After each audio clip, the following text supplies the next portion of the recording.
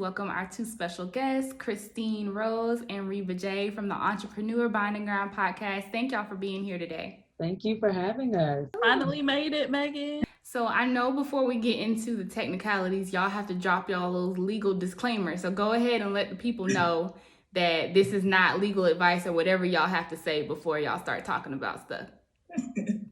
We are just attorneys in your head. We are not your attorney, and this is not legal advice. So please consult with a local attorney if you have further questions. All right. With that being said, so I mentioned earlier that the reason I wanted to bring y'all on was because a lot of the people who are listening to this podcast and to this series in particular are either new-ish, or aspiring business owners. And that might look like a side hustle, that might look like a freelance situation, that might look like any number of things. But they're kind of at the very early stages. So many of them are wondering about legal business structures. Like you always hear about starting an LLC, you sometimes hear sole prop thrown in there, and it can be very confusing if you don't actually like have a good understanding of what those things mean. So let's start from like the basic of the basic. What is a legal business structure, period? Like what does that even mean? What is the purpose? The legal entity is basically a different person, different being that you're creating to stand in the position of your business life. With a, and Reba will get into it a little bit more, but you'll just see different ways that you can protect yourself and remove yourself from the business. And there are different ways that you can interject yourself into the business. And you have to learn the ins and outs of both to know when you're crossing the line. Okay. Yeah. I'll say just on a very basic, bare bones level, the reason why you want to look to having some type of entity structure for your business is, again, to protect yourself and your assets. To me, that's what it all comes down to. Yeah, there are some other things that are beneficial to having a structure, but the number one is saving and protecting your assets as an individual. And that's where, when you start going into the different entities, you see how they can protect it, some of them where they don't protect it.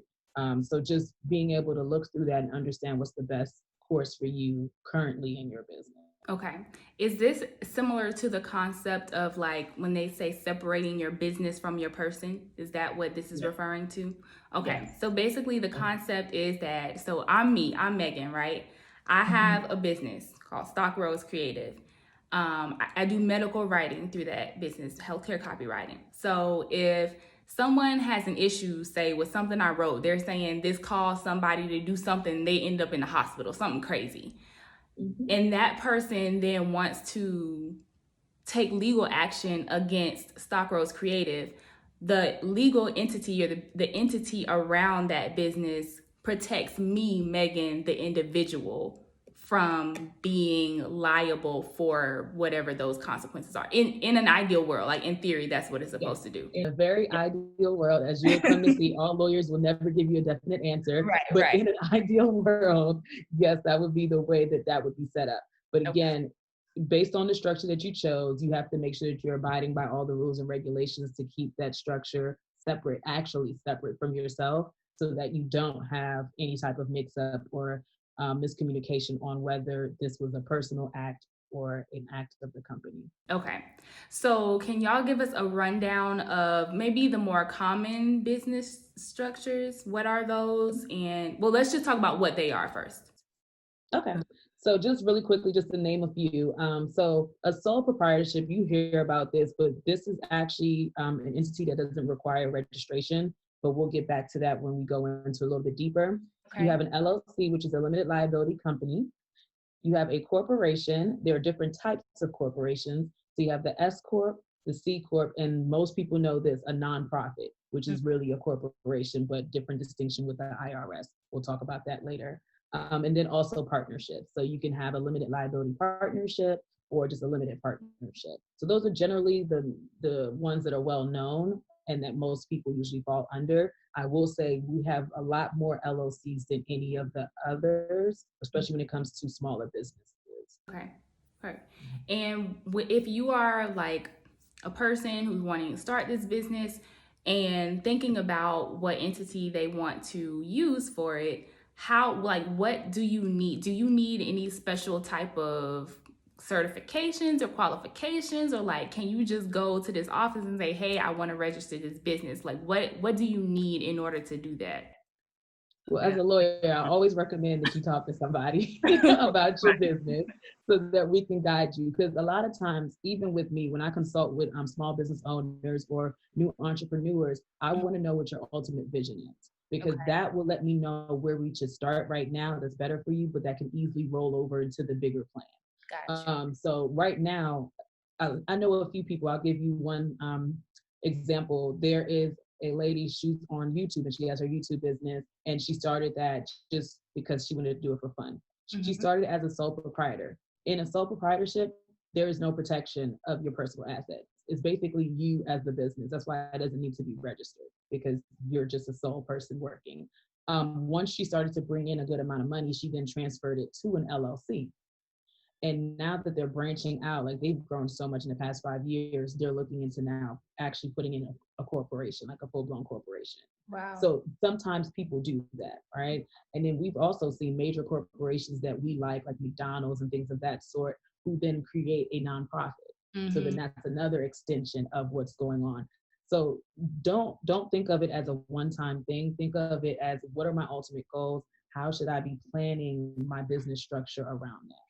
Are there are there situations where, I guess my question is, if you are making money from a business, like if you have created this thing and you have profit from it, should you is it okay to be a sole proprietor? I guess is what I'm asking. Like, is that an okay thing, or is that like kind of the lazy cop out thing to do? It's an okay thing if you take the time to assess the risk.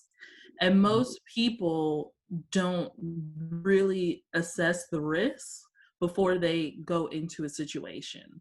They see the honeymoon phase, they see the great things. So they don't really see that, oh, what are the pitfalls that I may fall into if I do X, Y, and Z? And some of it may not matter. Like, oh, I'm just mowing lawns for $5.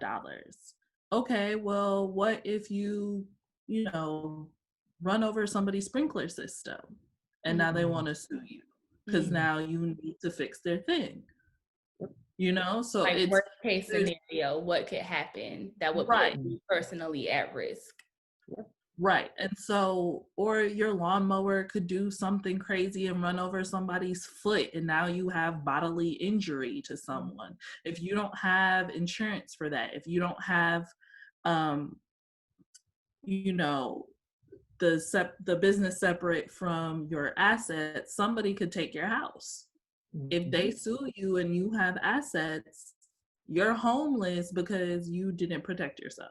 And like, it is that crazy worst case scenario, probably will never happen, but there's that 1 in a million chance, and there's a million landscaping businesses out there, so you may be that one. So you've considered these worst case scenarios, right? And you're like, all right, I'm not trying to, like, I don't want that smoke. I want to protect myself in some type of way. How do I figure out how to protect myself? Of course, I'm going to speak with my lawyer and we're going to discuss it. But before then, like if I'm just at home kind of mulling it over, what factors should I be considering in deciding what type of entity to pursue or to acquire? I always start my clients off with an LLC because I mainly deal with small artists, small creative, smaller businesses, and they just don't have the structure to really follow the rules and regulations of a corporation. An LLC is a little bit more lax, so it's something that they, as usually a solo person or just two people, can keep within that. So, you know, kind of understand, like, as a corporation, I need a board of directors, I need minutes, I need all of these other meetings and quotas, and, you know, it is a lot. And if you are a solo person, you're never gonna follow those. Nobody got So time. if you Right. I'm Exactly. saying, so if you get in trouble for that, but if you get in trouble and they're like, well, where's your board of directors? Where's your meetings? Where's your this? Where's your that? And you're like, oh, I just have the corporation, I'm protected. That's not how it works. You have to follow all of those legal guidelines. So an LLC is very easy. And like Reba said in her example, you can roll it over as you grow and you get more people, you get employees, you can get that board of directors. But when you first start out, I always tell people just go for the LLC, because you're still learning your business, you're still learning how to run a business, and that's the easiest way to keep yourself protected and to keep your head and your sanity, because you're learning a lot. It's not just the business that you're running the back office as well. So what I'll add, just at a very basic level, if you're thinking about getting your business registered in an entity, look at your state Secretary of State website. Start there. That's a really easy, bare bone place for you to start to see what the different options are. Read up on the differences between the different ones, which we'll talk about in a second too. But just so that you can get yourself in there before you even talk to a lawyer. Just at least go there, see what it is, see what's required, and then make your decision before talking to somebody, or then bring that knowledge to a meeting with a lawyer and then see what you want to do. And the Secretary of State, that's the same place where you will actually register your business entity too. So you'll already have to go to that website to do the registration process. You might as well go there, take advantage of the resources, become familiar with everything they provide, because they do have a lot of stuff on, at least Georgia Secretary of State website. They have a lot of resources on there. Yeah. Okay. Christine, when you were talking about the maintenance and the upkeep for the business entity, is that the same, or is that what they mean about piercing the corporate veil? Like if you don't have that maintenance and that upkeep, so like your entity is not complete because you haven't done the things that are required of that. Is that what that means? Yes. Okay. So it is piercing the corporate veil means that when you created your entity, you have veiled yourself from liability. Okay. But the government will not allow you to create an entity to defraud people. They're not going to let you do that. So if you can't show complete separation, and if you treat your business like your own bank account and you just going in there grabbing money here and there, if you're going in there and your paperwork isn't in order, if everything isn't kind of in tip-top shape, they're going to be like, there's a blur. There's no separation between this entity that you created and you as a person. So what we're going to do is we're going to pierce that veil so we can get to you, because you haven't treated this like a separate entity. So like on paper, you created this separate entity and filed it with your Secretary of State, but in reality, you haven't been acting as if this was a separate entity. You've been acting as if this was your personal asset, or these were your personal assets. Okay. Okay. So then they come after all your personal assets. All your shit. All of it. So Shade. the whole, shebang. $100 that you put in, the $50 for your annual registration, the money that you did for everything is in vain, and your assets are on the line. Your car, your house, future inheritance, whatever they can take from you to help reinstate the person that you have defrauded. And I say defrauded because it could be an honest mistake, but you need to bring that other person whole again, and they will take all of your stuff to make sure that happens. Yikes. All right, I'm glad we're talking to y'all tonight. Okay, so thank you, Reba, for laying out the different entities for us. Can we now talk about what each of them means? Like, what are those things? Yeah, so now this is where the good detail comes in, right? So I'll start with the sole proprietorship. So that's just one person with unlimited personal liability, as we mentioned, and you only have to pay personal taxes for that because you technically didn't register it. So it's just personal money coming into you that you pay personal taxes for.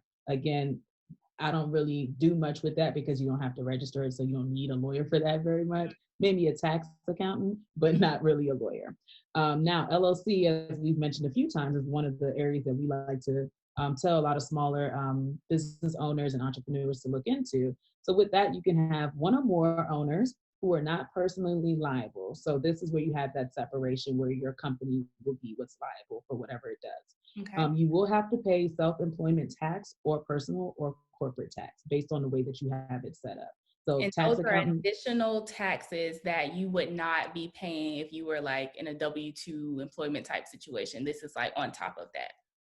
so technically, yes, but you pay personal income tax in a W-2 situation, so it would be like that.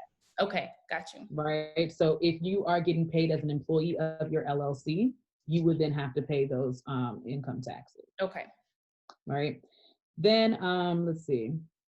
So this entity actually takes advantage of both the corporation entity, which I'll explain in a second, and the sole proprietorship. It kind of is a nice in between of the two. So it allows for you to have a lot more flexibility that you would have, let's say, in a sole proprietorship, but then the protection that you would get from a corporation.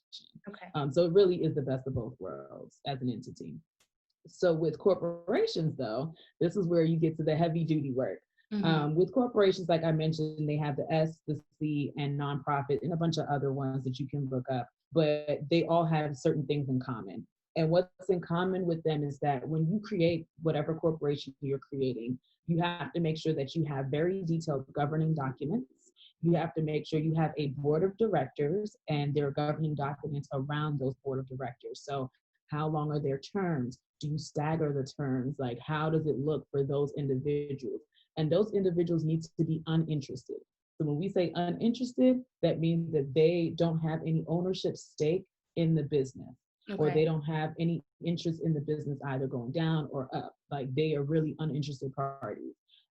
So generally, if you start a corporation, you'll be, let's say, the CEO. You'll have people who helped you start it as the CFO, the COO, C-suite, right? But the board will be other people that you got from outside after you've already created to come and now be on the board of directors, because their job is solely to make sure that everything is done for the company is for the betterment of the company. And that is a requirement for that entity. You have to have that board of directors. Okay. Yes. Mama and them don't count. Listen, it does, because I'm actually on the board right now for a nonprofit here in Atlanta.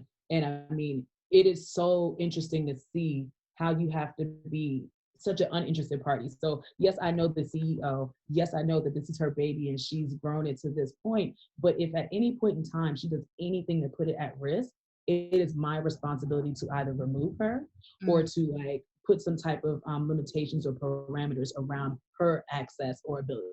Yeah, because their responsibility is to protect the corporation. Their responsibility, their loyalty is not to you, it's to the company. Yes. Okay, that's intense. Yeah. Sorry about that. I have a dog. Oh, it's okay. But yeah, so it really, the responsibility of a board is to the company, not to the individuals who created, not to the founders or anything of that sort. So you do lose some of that control that you would normally have from an LLC or from a sole proprietorship, because now you're responsible to answering whatever the board is asking you. Okay. And just to put up this one quick point, because yes, that's common around all corporations, but I know a lot of people have been asking me about nonprofits. A lot of people are trying to start nonprofits nowadays. I like to explain it to them because it seems like such a cool thing to do and it's easy to do. It's very difficult, actually. So you have to go through actually registering it as a corporation first. Then you actually have to apply to the IRS for that distinction. Your mission has to be consistent with what that distinction requires. The distinction for the IRS, if anybody wants to look it up, is 501c is the section. Now they have a bunch of different options that you can use. Most people always hear the 501c3, but they have 1 through like 10 or something like that. So you can see where your business falls. And the whole point of a nonprofit is that you get, you're alleviated from some of the tax requirements of most entities. So you're able to then write off a lot of the profit that you may make as long as it goes back into the corporation. You're able to do a lot of things without so much tax penalties as you would have with just a for-profit business. Okay. And that's one distinction with the nonprofits is that in addition, so do you also have to register that with the Secretary of State and then also with the IRS? Yes. Okay. So with all entities, with the IRS, you would want to get your EIN number. So Right. that's your employer identification number so that you can open up your own bank account for the business and all of that. But in addition to that, for a nonprofit, you have another form that you have to complete where they need to see your documents, your mission statement, how you're setting up the board. They need to have a full view of what you're doing to see if it applies under that distinction. Okay. Gotcha. Yeah. Uncle Sam always wants their money. Absolutely. So they're not going to make it very easy for you to avoid paying taxes. And I always tell people, you know, it's great to start a nonprofit. No, you know, it's a very noble thing. But I used to work in grants. I did grant writing when I was an intern for Georgia Lawyer for the Arts. And there are so many small nonprofits doing the same exact thing. And if they had combined resources, they wouldn't be fighting for the same grants. They wouldn't be fighting for the same donors. They wouldn't be fighting for a lot of those. And a lot of the money, the overhead would be reduced. And a lot of that money could go to the actual causes that, you know, they are trying to put forth. And, you know, some celebrities and athletes, they have it as a tax benefit. And so they make their camps and that's fine too. But if you're a lay person and there's something around you that kind of does what you want, go in there, volunteer, give your time. It's better than creating your own and then, I don't want to say clogging up the system, but you're pulling resources in tiny buckets instead of trying to pull them together. Yeah. Every nonprofit owner I talk to says something very similar. Like, there are so many people out here doing the same thing. And this is one, they say this is a lot of work and people don't realize how much work it takes to run and sustain a nonprofit. And then they say, on top of that, this cause could be pushed so much farther if people would just, I guess, take themselves out of the like glory of having a nonprofit and just like actually work for the cause and go find a local nonprofit who's doing the exact same thing and y'all just work together. So not to discourage anyone from starting a nonprofit, but you know, keep all of that in mind. And what Christine and Reba have told y'all about some of the additional requirements. And of course, y'all can go talk to that with your individual legal professionals and whatnot as well. Okay, does anyone just like come out the gate as a C corp or S corp? Like, in what situation would that be appropriate? Like, do you need to have a certain amount of people, you think, or like, I don't know, do you have an example of a business that it might make sense to do that? I do. So I'm actually working with somebody right now. He's creating a tech startup. He's a Black young guy creating a tech startup.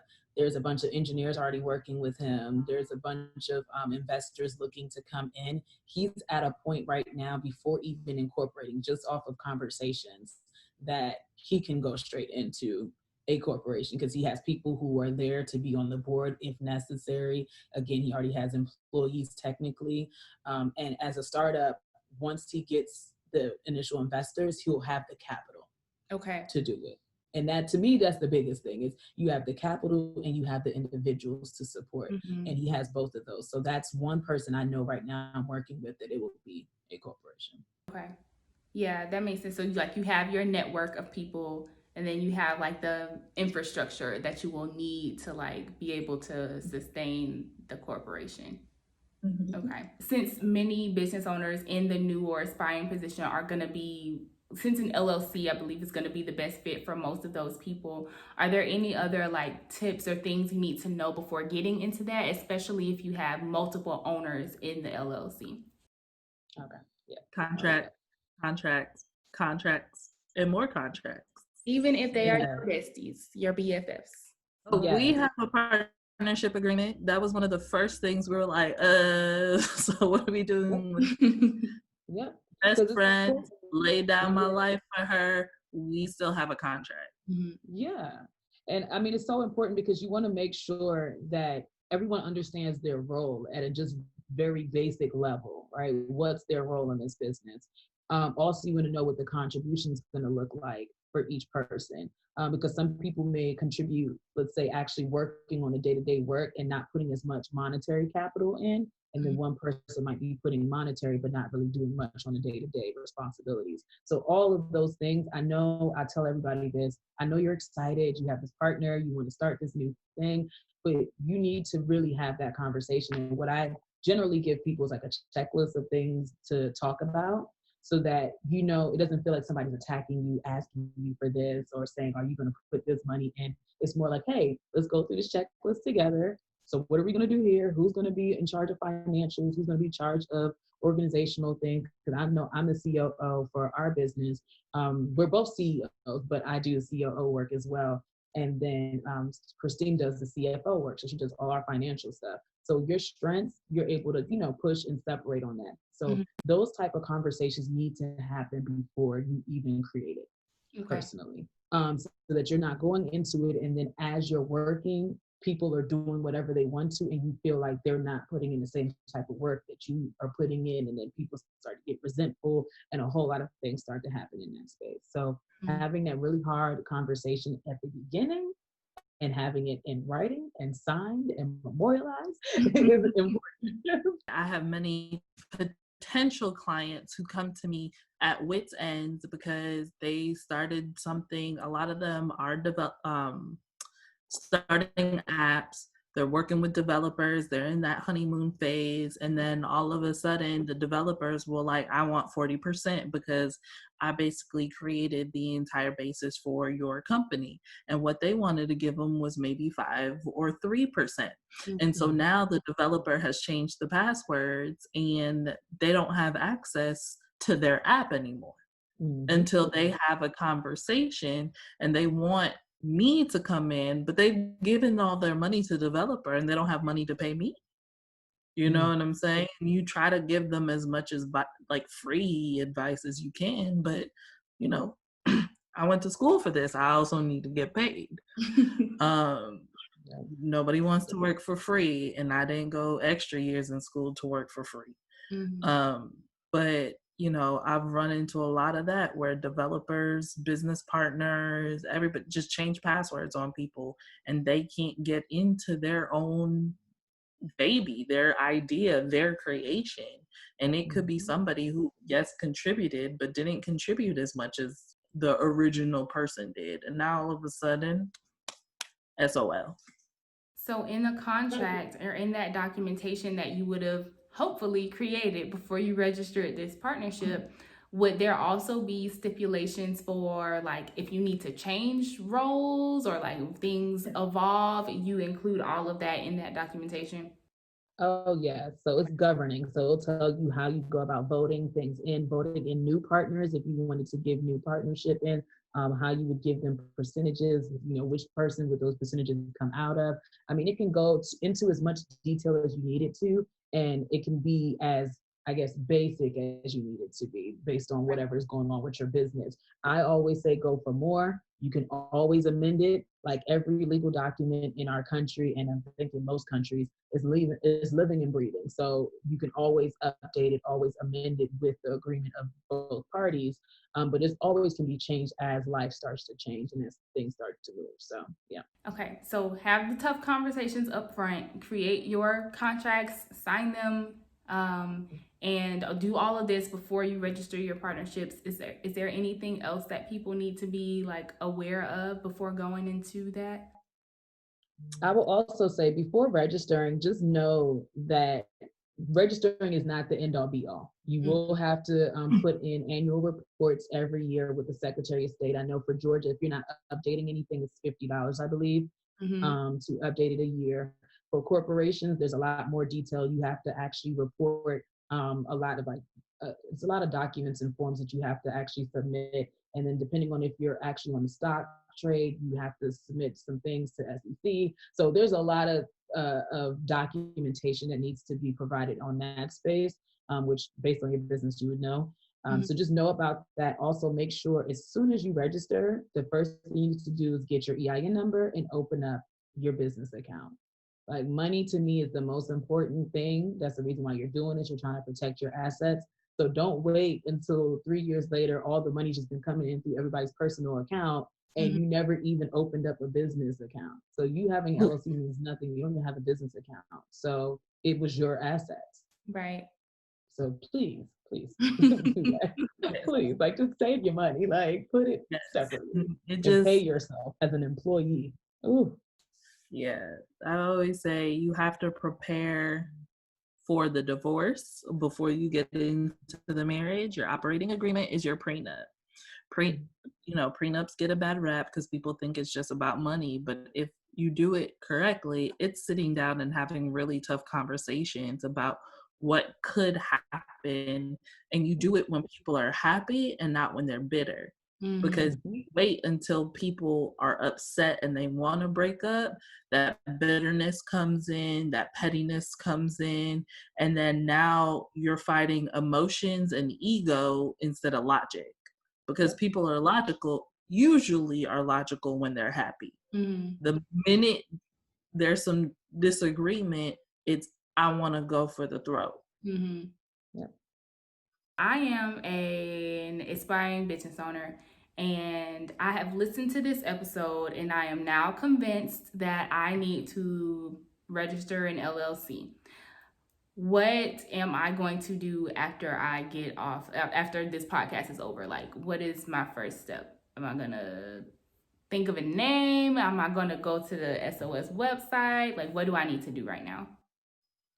Yes. So first I would say you would check out Entrepreneur Bind and Grind, our podcast that gives you a little bit more detail on each of the entities and what to do there. And then I would definitely say, think of a name. Think of what it is that you're trying to do with your business. Like, sit down and meditate on that. What do you want this business to be? Because sometimes you may say, okay, I want to sell shirts, but is that all you want to do? Like, what is the larger and greater plan, right? So yes, we wanted to create a podcast. But when we sat down and really discussed, it was like, no, we want a media company. We want to be the house of a bunch of podcasts that are like similarly aligned that we can then promote and push forward for the culture, right? So that turned into something totally different now, right? So it's not just the baby that you want to start with, but now it's the grand scheme. Because like I said, as you go and talk to attorneys or whatever legal professional you talk to, they'll ask you these questions so you can determine what's the best course of action for you. So you need to think about that. That's the first thing. Meditate, understand what it is you want to do. Think of a name for it. Again, be as creative as you like. Then Secretary of State site, because you can search to see if somebody else has that name. You can just see, what it is that you would like to do. I would personally say it's beneficial for you to go through a lawyer to get everything registered, because I know with my services, I register it for you, I get your EIN for you, and I give you an initial checklist and documentation so that you know where to go. It's not just the registration and you're out dry. So a lot of people I know give those type of packages to individuals so that you may get like a binder with all your information that you need, or some things to think about, some business licenses you might need to look into, things like that. So I would always recommend going to somebody, just because the Secretary of State is only as good as you know what to look for in that website. You get me? So yeah, it has all these resources, but if you don't know to look for it, you won't really see it. Yes. Gotcha. I tell people Google is a great friend as well, because it's your friend. Well, because Secretary of State is dope, but it's for your state only. If you're an internet-based product, a lot of people may be in different states and therefore receiving your services. So you want to make sure that, and this kind of goes into intellectual property, but you're not infringing on anybody else's business. So if I do a Google, search, and I see that my company's name that I want is already coming up, well, then I got to think of something else. You know what I'm saying? Because if I put all my time in building this idea, this perfect name, and somebody else already has it, and they send me a cease and desist letter, well, all my branding is just for nothing. Okay. Do you all have an episode on Bind and Grind about IP? Yes. So, our last episode of season 1 was the introduction to IP. Season 2, which will be coming out soon, is actually going in depth into copyright, trademarks, and patents. So that's where you'll get a lot of detailed information about those type of protections. So that will be coming out soon. So if you want to get the introduction done right now, visit our website, 28media.com, the number 2 spelled out 8media.com. And you can see all of our episodes from season 1, including the intro to IP. And then season 2, it's all IP. Perfect. That's perfect timing, y'all. So definitely go make sure you subscribe to their podcast so that you can get all the information. Because I know y'all also have questions about like copyright, trademark, all that stuff too, which is a whole podcast series set of conversations. So y'all make sure that y'all are ready for all of that. All right. Yeah. Where can people find you guys online? How can they work with you if they want to, consult a legal professional? Give us all of that good stuff. Well, you can find us on our socials at 28media. So the number 2 spelled out 8media. So that's on Instagram. We're on Facebook as well with 28media. And then our website is 28media.com. If you just send us a message, our email and everything is listed in all the socials and on the website to reach out to us if you do have any questions.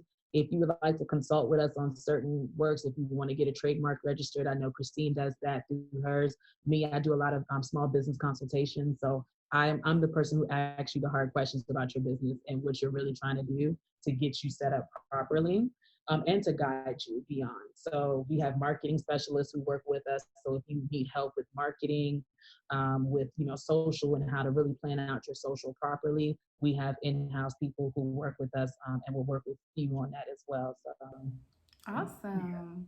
Thank y'all so much for dropping by the lounge. I appreciate it. Yes, thank you for having us. Yes.